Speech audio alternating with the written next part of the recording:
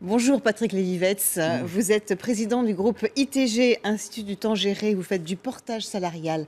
Alors la conférence sociale s'ouvre ce matin sans la CGT, dans un contexte social on va dire très difficile avec le dossier Air France. Et pourtant justement donc ce dialogue social, François Hollande avait voulu en faire une marque de son quinquennat. Est-ce qu'on peut dire aujourd'hui que finalement ce dialogue social il est rompu en France ?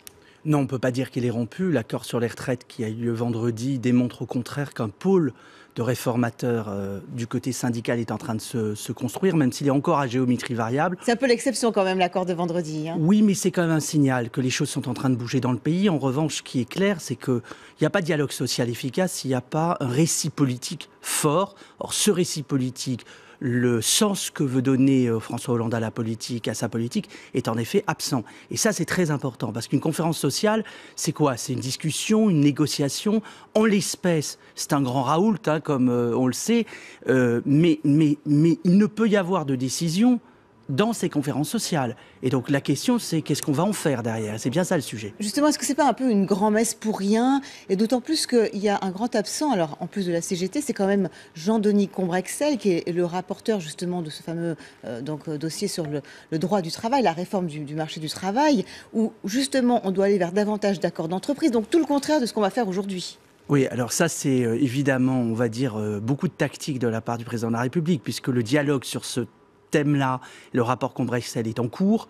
En réalité, je crois que le pouvoir n'a pas voulu, et l'exécutif n'a pas voulu mettre au cœur de la conférence sociale un dossier explosif sur lequel il sait qu'il n'aura pas de synthèse, il n'y aura pas de consensus et sur lequel il va devoir trancher.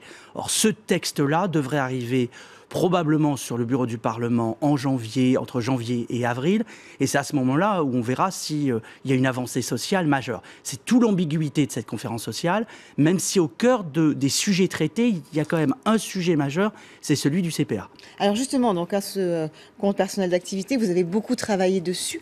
Est-ce que ça va révolutionner notre vie de salarié? Parce que bon, alors on nous dit, on va regrouper effectivement donc formation, épargne-temps, pénibilité, mais on a quand même le sentiment qu'aujourd'hui, bah oui, en formation, j'ai mes droits à la formation, j'ai mes droits au chômage, j'ai la pénibilité. Est-ce que ça va changer de tout mettre ensemble? Alors, Isabelle, je ne sais pas si vous avez l'habitude de regarder, mais enfin, quand vous cherchez vos droits, il n'y a pas une personne qui comprend dans ce pays à quoi il a droit en matière de retraite, en matière de formation. Personne ne comprend exactement comment ça fonctionne. Et demander à une personne qui perd son emploi le labyrinthe qu'elle doit faire pour éventuellement comprendre ce qu'elle pourrait faire au moment où elle a une difficulté. Donc le CPA, c'est d'abord, il faut le dire, une réforme souhaitée, voulue, imaginée par tous les partis politiques, par tous les spécialistes du droit du travail, du droit du travail et spécialistes des économistes, depuis maintenant au moins 30 ans. Le rapport Boissonnat, il date pas d'hier, d'accord? La France dans 20 ans, il y a déjà 30 ans. Ce rapport avait déjà posé les bases de ce que devait être en France une possibilité, une évolution sensible, voire une transformation du monde du travail. Permettre à chaque personne d'avoir des droits tout au long de sa vie, de les conserver, ne soient pas attachés au contrat de travail, et de pouvoir, à partir d'un ensemble de droits qui sont donc portables, attachés à la personne, fongibles, c'est-à-dire qu'ils puissent être utilisés dans d'autres cas que ceux qu'on nous dit aujourd'hui, et enfin utilisables de façon simple. Vous voyez qu'on est très loin du système d'aujourd'hui, permettent à chacun de reprendre son avenir en main. C'est un beau projet.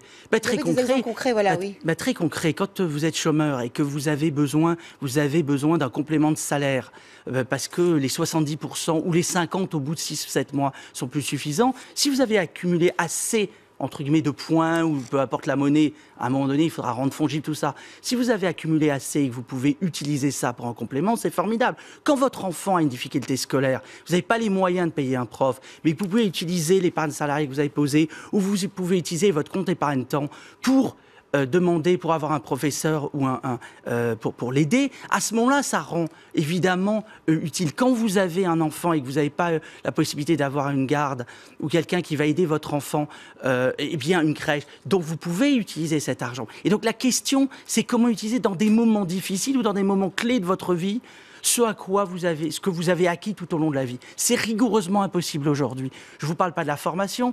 Personne ne comprend comment utiliser son CPF. Et donc cette question de rendre utilisable, simple et lisible les droits acquis que le système social français utilise, le fait de le rendre utilisable, ça peut avoir un sens extraordinaire. D'ailleurs, tout le monde dit aussi que ça nécessitera, et c'est là que moi j'ai beaucoup plus d'inquiétude, une transformation en profondeur de l'État, en profondeur de son mode de fonctionnement.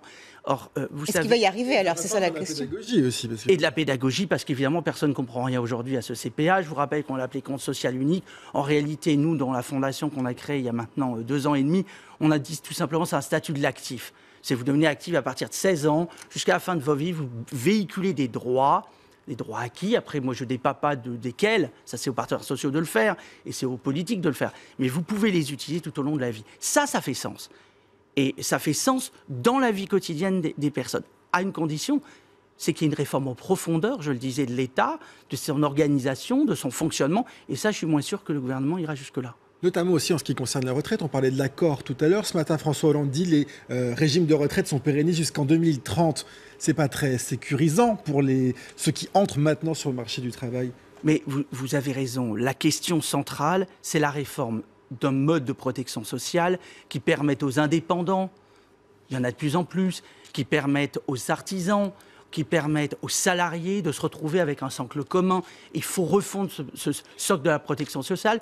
Il faut même repenser le financement de la protection sociale. Ce serait une réforme en profondeur. Ce n'est pas aujourd'hui entamé de cette manière, mais ne boudons pas notre plaisir. Si la réforme issue du CPA, du rapport de France Stratégie, fait l'objet d'un projet de loi, ça s'ancrera dans le pays, quoi qu'il arrive, et la droite sera... Il faudra quand même peut-être le lier au droit du travail quand même un jour aussi. Quand même. Ah ben, de toute façon, la réforme du droit du travail, le rapport Combrexel, devra trouver très prochainement une issue, sans quoi évidemment la décrédibilisation qui est déjà forte sera totale de l'exécutif. Merci beaucoup Patrick Lévy-Vetz d'avoir été avec nous ce matin sur LCI.